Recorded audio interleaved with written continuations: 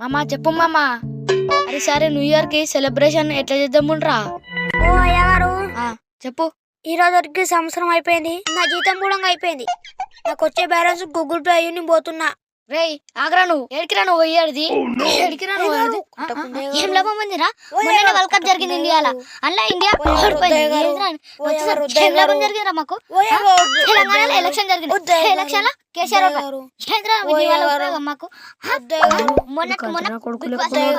గెలిచే